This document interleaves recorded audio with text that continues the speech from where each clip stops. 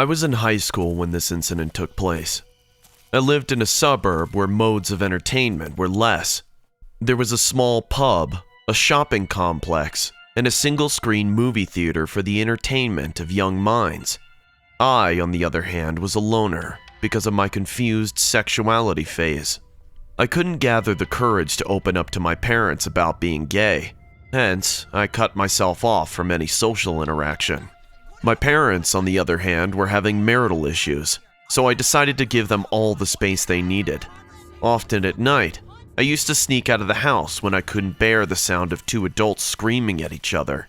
Their relationship made me realize life is beautiful until you get married. I was a minor, so there's no way I could go to the pub to grab a drink. The shopping mall closed after 8, hence my only recluse was the movie theater. Almost every night they put up a late-night show from 12 a.m. to 2 a.m. My distant cousin Jack worked there as a janitor. He helped me to get in and watch those movies without buying a ticket. He called the late-night shows dead hours, as only a handful of people came to see them. It was a warm summer night, and I was feeling disgusted with the loud fights and obscene language of my parents. I dialed Jack's number to know if a show was going on or not. He picked up my call and replied, "About to start in 10 minutes. Hurry up." I sneaked out immediately. The roads were empty. The sounds of crickets and the dim street lights calmed me down. It might feel weird to you, but back then I was going through a really troubled mental state. The only solution was isolation, but being too alone has its consequences too. I could see the blinking signboard of the movie theater from the end of the road. The more I walked towards it, the name of the movie started to become visible. I found out it was a horror movie. I heard about that movie from a bunch of boys in my school, so I got excited. I quickly walked inside and saw Jack standing near the red-colored ticket counter, shielded with a glass cover. He smiled and told me to go in by pointing his finger inside the movie hall. The advertisements had already started. It was quite dark, but the lit movie screen helped me navigate my way through the dark. I didn't want to be bothered, so I grabbed a corner seat from the second row. Apart from me, I could see a couple making out in the front row, and 2 other individuals scattered in the big theater. They were probably homeless people who came to sleep under a roof. The movie started and I took out a pack of cigarettes. This movie theater was never in its best shape on weekdays, that too in such odd hours. You can just smoke or drink, and no one cares. Once I saw a guy doing meth sitting in the front row. I watched the movie on the screen and he saw a movie in his mind. I was already in deep shit, so spending night after night in such an unsafe environment never got me worried. I just put my hoodie on and fired up a cigarette. There were small air vents built up in the corners near the last rows, so it made an ideal spot for me to smoke in peace. The movie started and I was hooked on it. I was watching attentively while smoking.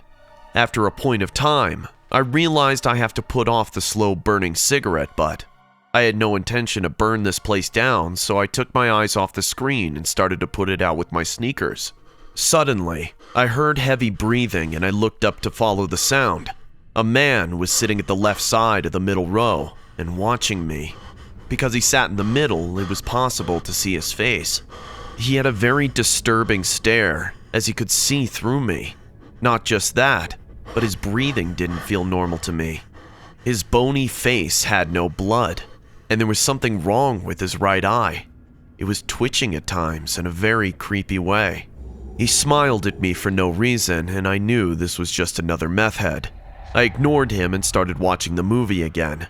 I thought he would pass out on his seat, so it's better to avoid him. God, I wish he passed out. A moment later, out of curiosity, I looked back at him again. But this time, I saw an even more filthy sight. The man's mouth was open, and he was drooling like a dog. I can't even explain how disgusted I felt. Drops of saliva were all over his chin. I felt like I was going to puke on the floor.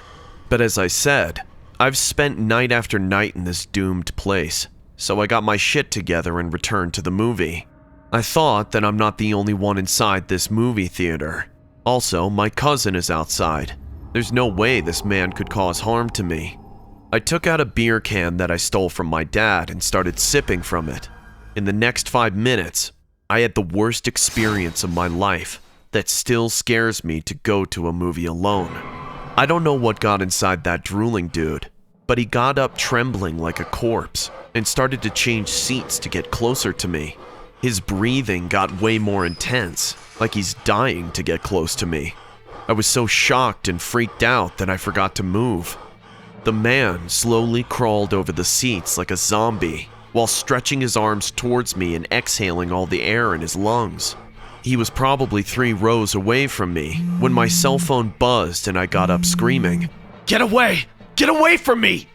I jumped from my seat and ran towards the exit door. While crossing the front row in a hurry, I tripped over the couple who were busy on their own, and it resulted in a huge brawl. The boyfriend got up and grabbed my hoodie to teach me a lesson.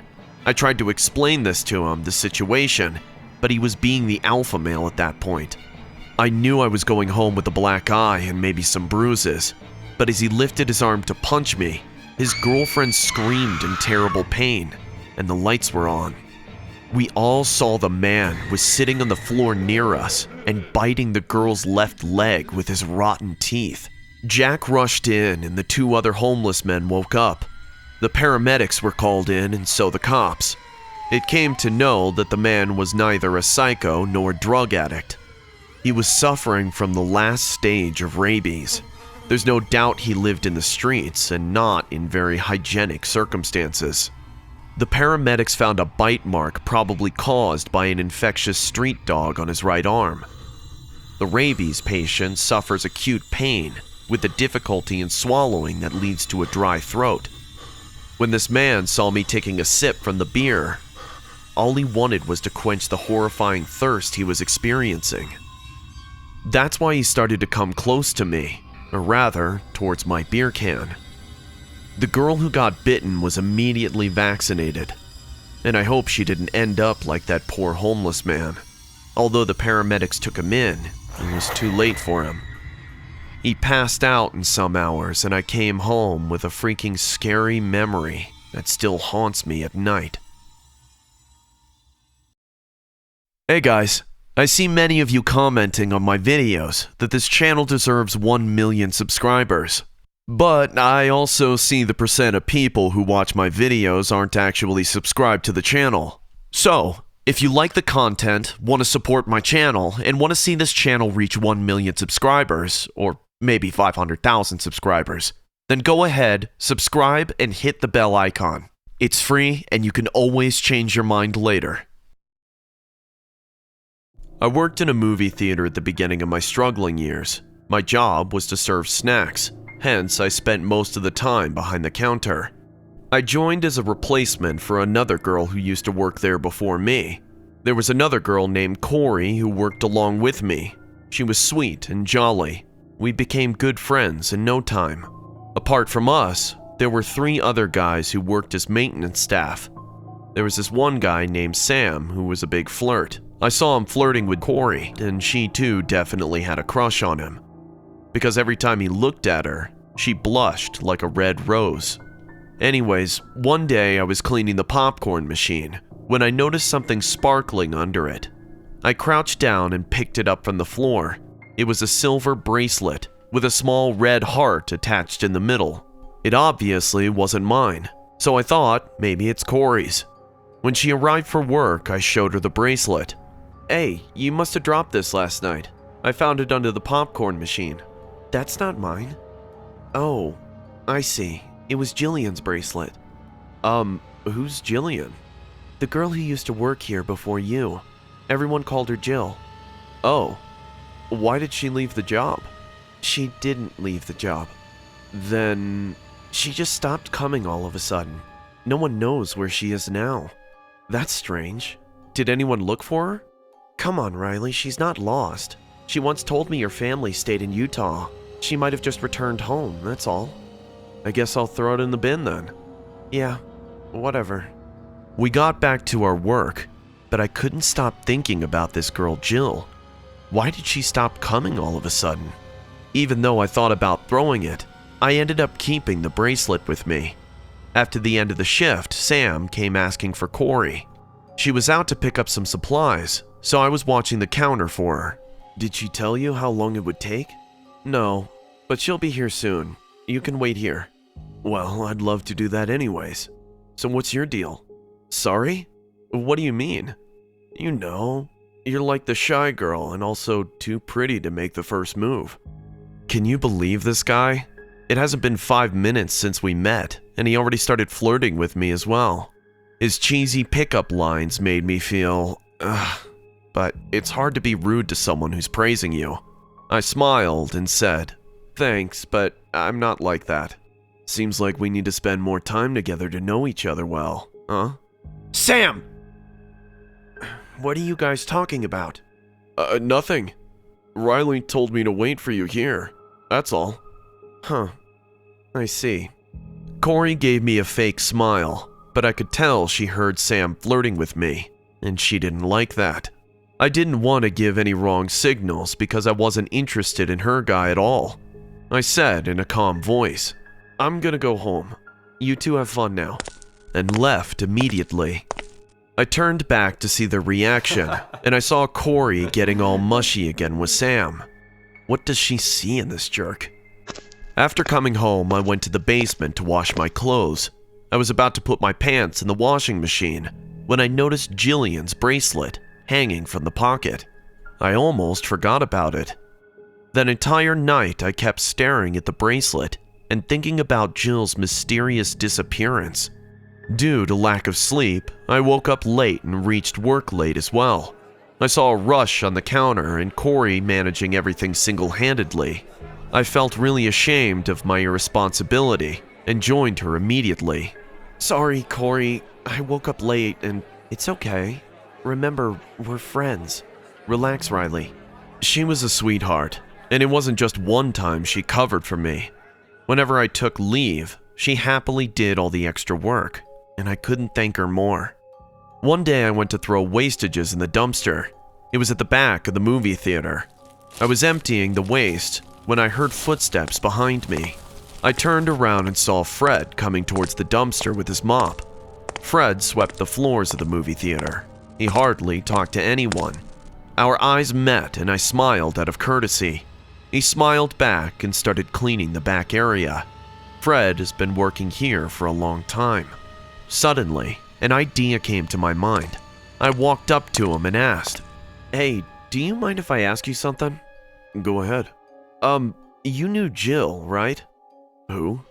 Jillian, the girl who used to work. Fred looked at me with surprised eyes and said, Do you know where she is? I wasn't expecting this question at all, so I kept staring at him with an even more confused face. No, didn't she return home? Maybe. Why are you asking about Jillian? Do you know her? No, not exactly. I just found her bracelet the other day. I showed Fred the bracelet, and his eyes lit up in anger. That son of a bitch played with her feelings. What? Who? Sam. He's the main reason Jill left her job. Saying this, Fred bolted out from there, and I stood there in shock. So, Sam flirted with her too. This guy is desperate. Did he hurt her? So many questions were going in mind, and I had no answers. I decided to confront him and get the actual truth. I walked to the counter and saw Corey standing there laughing with Sam. As soon as he noticed me, his eyes shifted at me, and a mysterious smile appeared on his face. Hello, beautiful. Sam, I need to talk to you. Sure, I'm free for you anytime. Corey's face turned sad. I could tell she got really upset, as Sam gave me all his attention suddenly. She didn't say anything, just walked away quietly. Sam doesn't bother about this at all, and kept smiling at me. I uttered to myself, Girls are like toys to you, huh? I'll teach you a lesson this time. Hey, what is it that you wanted to talk about? Not here. Can we meet somewhere else? Sure. We can meet at my place tonight. Around 9 o'clock? Okay. Text me your address. I'll be there. Sam left with a big smile on his face. I was about to head home when Corey came to me and said, I didn't know you had a crush on Sam. It's not what you're thinking, Corey. Well, if you want, I would definitely move out of your way. No, you're thinking it wrong. I told Corey everything I heard from Fred. She became shocked as well. She told me she had no idea Sam is that kind of guy, but I knew he was the evil one. After dinner, I went to Sam's house.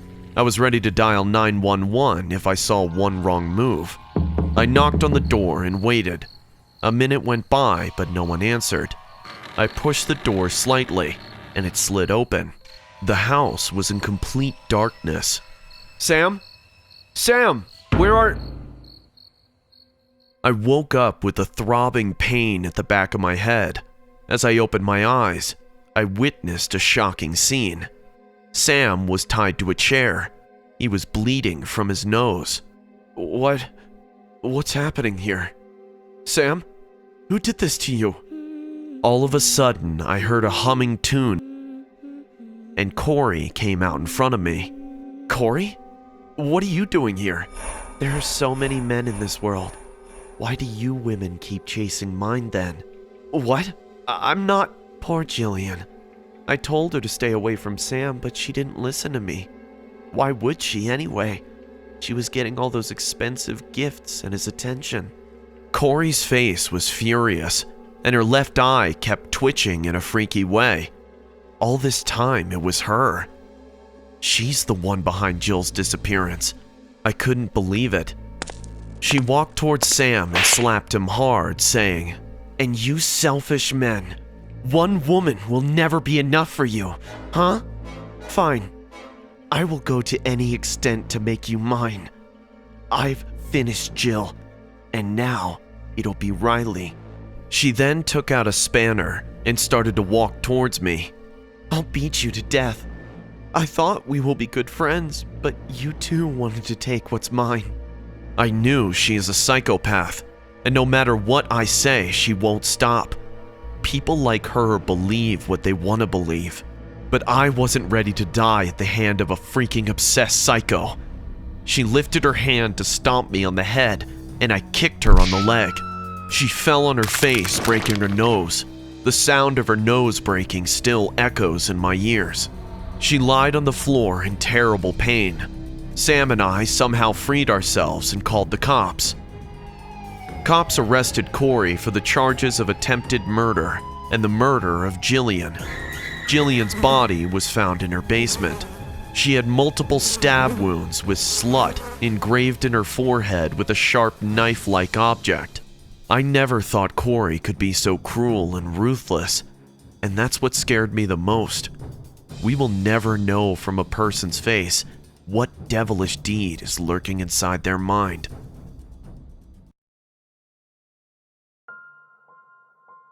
I want to warn everyone at the very beginning that you are not going to like this story because it can make you nauseous, so back off now before it's too late for you. Those who are still willing to watch, I have a small piece of advice for you. Always rely on your basic instincts. This is the only thing that can save you from trouble. Now, let's get to the story.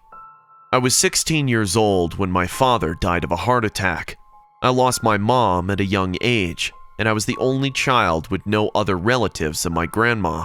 She raised me, and somehow I finished high school and inherited my dad's farming business.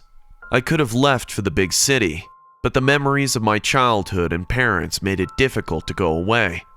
Also, my grandma died when I became 18, and I've been my guardian ever since. Losing so many close ones and inheriting big responsibilities were too much for my young shoulders. My father's business was enough for me to have a sustainable lifestyle, so I didn't look for any other option of earning. Even though the work pressure was a lot, I liked being my own boss at the end of the day. My entire week went by working on the farm. It was the weekends that I looked up to. Every Saturday night, I went to the local bar to drink as much as I wanted. One weekend, I was sitting at the bar chugging a mug of cold beer when someone spoke from a close distance. "Hi, I'm Nina. Do you mind if I join you?" I saw an average height girl standing near me. She had red curly hair that made her look enchanting and wicked at the same time. Her eyeballs were excessively blue, making it difficult to maintain eye contact for long. Sure. My girlfriend ditched me for a rich guy and moved out with him after high school. Since then, I haven't been with anyone, so I thought I might get lucky tonight. I won't deny I wanted to find someone too. We started drinking together and had some casual conversation when she suddenly got up and came right at my face. I got a bit startled at first, but then she whispered into my ears, "I have some good stuff. Want to smoke up?" I've smoked occasionally with my friends, but at that moment I thought, why not? Anyways, I have no rush to go home. But I don't think this is the right place. Just don't want to get in trouble. Relax, I know a good spot. Let's go. We came out of the bar and sat on my motorcycle. The girl sat behind me. She kept giving me directions. After 10 minutes, we got onto a dusty road amidst the deep woods. I took a left turn and she pointed out to a building behind the bushes. I saw it was an old, abandoned movie theater. The theater was so old that I could see worn-out posters of Whatever Happened to Baby Jane stuck on its bulletin board. Whoa, this place is older than my dead grandma. I come here often when I want to be alone. This used to be a famous movie theater, but a terrible fire broke out, and everyone died inside while watching the movie. The idea of getting high inside a burnt-out movie theater didn't appear thrilling to me anymore, especially when Nina told me people died in there, but I couldn't leave her and return home. Come on, let's go. She started to walk inside and I reluctantly followed her. I turned on the flashlight on my phone, but Nina casually walked in the dark, as if she was in her own house. Walking down the halls of the theater gave me chills. Broken glasses and dirty rags were scattered here and there. The old ticket counter was covered in thick layers of dust, changing its color forever. There were framed posters of some of the oldest movies still on the walls. Some were still readable. Nina stopped in front of the door and looked back at me. A weird smile appeared on her face. She said, "This is my favorite room here. Come on." Favorite room? How could this place be someone's favorite? Nina's behavior started to creep me out. She pushed the door and we entered inside the huge movie hall. Burnt, broken chairs were all over the floor. The big white screen that once showed God knows how many films stood there like a dirty old rag. Can you imagine how many people have been here? Yeah, and also died here. We sat down on 2 chairs, which were moderately in better condition than the others. Nina lit up you-know-what, and we started to smoke. I was already drunk, and after smoking, I got really high. But Nina seemed completely fine. I wanted to kiss her, but it would have been too rude if I did it without her permission, so I waited for her to make a move. The more I waited, the more my vision started to blur. Having fun? Oh, this is some strong shit. Aren't you feeling something? Nina's face started to become diluted in a very freaky way. I knew I am too high, and this is all my imagination. But suddenly, she stood up and started looking around like someone else has entered this place. What is it? Is someone here, Nina? She started to panic and tremble in fear. I had no idea what was happening, so I just sat there like a stone and watched her crazy behavior. She jumped from her seat and sat on the floor holding her hands in a posture of praying and screamed, "Look, I've brought him to you. Now please, please give me the powers." What? What the hell is this? Please accept my offering. She didn't even acknowledge me and kept praying to whoever invisible lord she was praying to. I got up and realized that I must get out of this place. This woman is crazy. She is not what I thought her to be. I started to walk away when Nina grabbed my t-shirt from behind and said, "Where do you think you're going? They're all coming to get you. I've spent years in awakening them, and now they want their offering. Soon their powers will be all mine." As soon as she said that, I heard terrifying screams rising from every nook and corner of the movie theater. It was as if hundreds of people screaming in excruciating pain and pleading for help. Their screams numbed my ears, and Nina started to laugh like a maniac. A smell of burning flesh made the air heavy and started to choke me. All I wanted was to get the hell out of there and never come back. But something unexpected happened. Nina suddenly stopped laughing, and I saw her face changing color like she was scared. Why aren't you taking him? I brought him for you. What is... But before she could finish the sentence, her body caught fire. She literally started to burn in fire that some invisible force lit on her. She screamed in pain, and all those voices around started to laugh in devilish joy. While burning in flame, Nina started to walk towards me, stretching her fiery arms. Flesh was melting and dropping on the floor from her body. I ran for my life without looking back once. As I came out, I kept hearing Nina scream and that demonic laughter, but I didn't stay to watch anymore. That night, I drove my motorcycle at the highest speed possible. I didn't go out for a month. After a week of this incident, cops discovered a girl's burnt body from the movie theater. She's currently listed under Jane Doe because there's no way anyone can recognize her.